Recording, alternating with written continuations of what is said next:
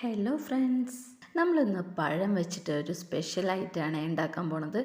അപ്പോൾ ആദ്യം തന്നെ നമുക്ക് പഴം തൊലിയൊക്കെ കളഞ്ഞ് മിക്സിയിലിട്ട് പേസ്റ്റാക്കി അടിച്ചെടുക്കണം. നമ്മൾ ഉണ്ടാക്കാൻ പോണ സാധനത്തിൻ്റെ പേര് പറഞ്ഞില്ലല്ലോ ഞാൻ. നമ്മൾ പഴം വരട്ടിയതാണ് ഉണ്ടാക്കാൻ പോണത്. ചക്കയൊക്കെ നമ്മൾ വരട്ടിയത് കഴിച്ചിട്ടില്ലേ? അതുപോലെ നമുക്ക് പഴം വരട്ടാം. അപ്പോഴേ ഓണം കഴിഞ്ഞിട്ട് വീട്ടിലൊക്കെ എല്ലാവരുടെ വീട്ടിലും പഴമൊക്കെ ഒരുപാട് ബാലൻസ് ഒക്കെ ഉണ്ടാവില്ലേ, ഇങ്ങനെ തൊലി കറുത്ത് പോയിട്ടും കഴിച്ച് മതിയായിട്ടും ഒക്കെ ആയിട്ട്. അപ്പോൾ നമുക്ക് ഇങ്ങനെ ചെയ്ത് വയ്ക്കാം. അപ്പോൾ നമുക്കത് പിന്നെ നമുക്കത് വെച്ച് ഒരുപാട് സാധനങ്ങൾ ഉണ്ടാക്കാം. അപ്പോൾ നമ്മൾ ആദ്യം പഴമൊക്കെ ഇങ്ങനെ അടിച്ച് നമ്മളൊരു ചീനച്ചട്ടിയിലിട്ട് നമ്മൾ ചൂടാക്കി ഇങ്ങനെ ഇങ്ങനെ നമ്മൾ ഇളക്കിക്കൊണ്ടിരിക്കാം.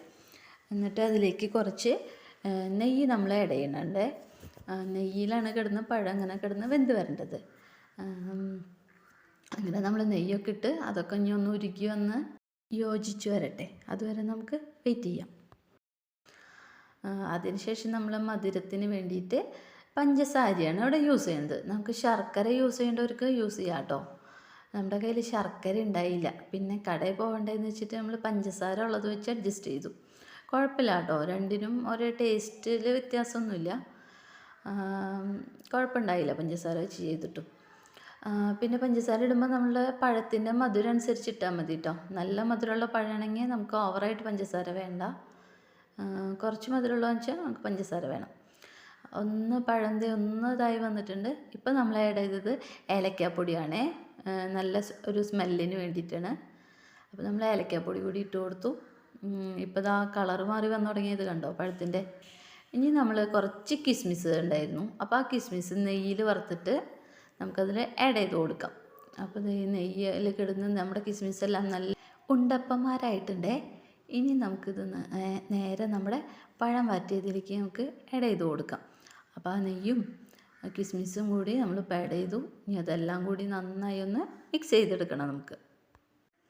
ഇപ്പോൾ ദാ നമ്മുടെ പഴത്തിൽ നമ്മളിതെല്ലാം കൂടി നന്നായി യോജിപ്പിച്ചെടുക്കുകയാണേ. നെയ്യും കിസ്മിസും ഏലക്കാപ്പൊടിയും. ഇപ്പം നമ്മൾ നേരത്തെ ഇട്ട പഞ്ചസാര കൂടി ഉരുക്കി ഒന്നുകൂടി ലൂസായത് കണ്ടോ നമ്മുടെ പഴം. ഇതിന് ഇങ്ങനെ ഒരുപാട് സമയം ഇങ്ങനെ കിടന്നിഞ്ഞ് ഇങ്ങനെ ടൈറ്റായി വരണം. ഇതിൻ്റെ കളറും എല്ലാം ചേഞ്ചായി വരും, നല്ല ബ്രൗൺ കളറായി വരും. പിന്നെ നമുക്ക് ഇങ്ങനെ പഴം ഇങ്ങനെ വരട്ടി വെച്ച് അത് വെച്ച് ഒരുപാട് സാധനങ്ങൾ ഉണ്ടാക്കാം കേട്ടോ. നമുക്ക് പായസം വയ്ക്കാം. ഇതിൽ തന്നെ കുറച്ചുകൂടി നാളികേരം പാല് ചേർത്ത് നമുക്ക് പായസമാക്കാം. കുറച്ചുകൂടി നെയ്യും നാളികേരം പാലും കൂടി ചേർത്താൽ മതി. പിന്നെ ഇങ്ങനെ വരട്ടി വയ്ക്കുമ്പോൾ നമുക്ക് ഇത് വെച്ച് അട ഉണ്ടാക്കാം, ഉണ്ണിയപ്പം ഉണ്ടാക്കാം, അതുപോലെ തന്നെ പായസവും ഉണ്ടാക്കാം. ഇപ്പോൾ അതാ നമ്മുടെ പഴം വറ്റിയത് കളറ് കണ്ടോ, ഒന്നുകൂടി ഡാർക്കായി ബ്രൗൺ കളറായി വന്നിട്ടുണ്ട്.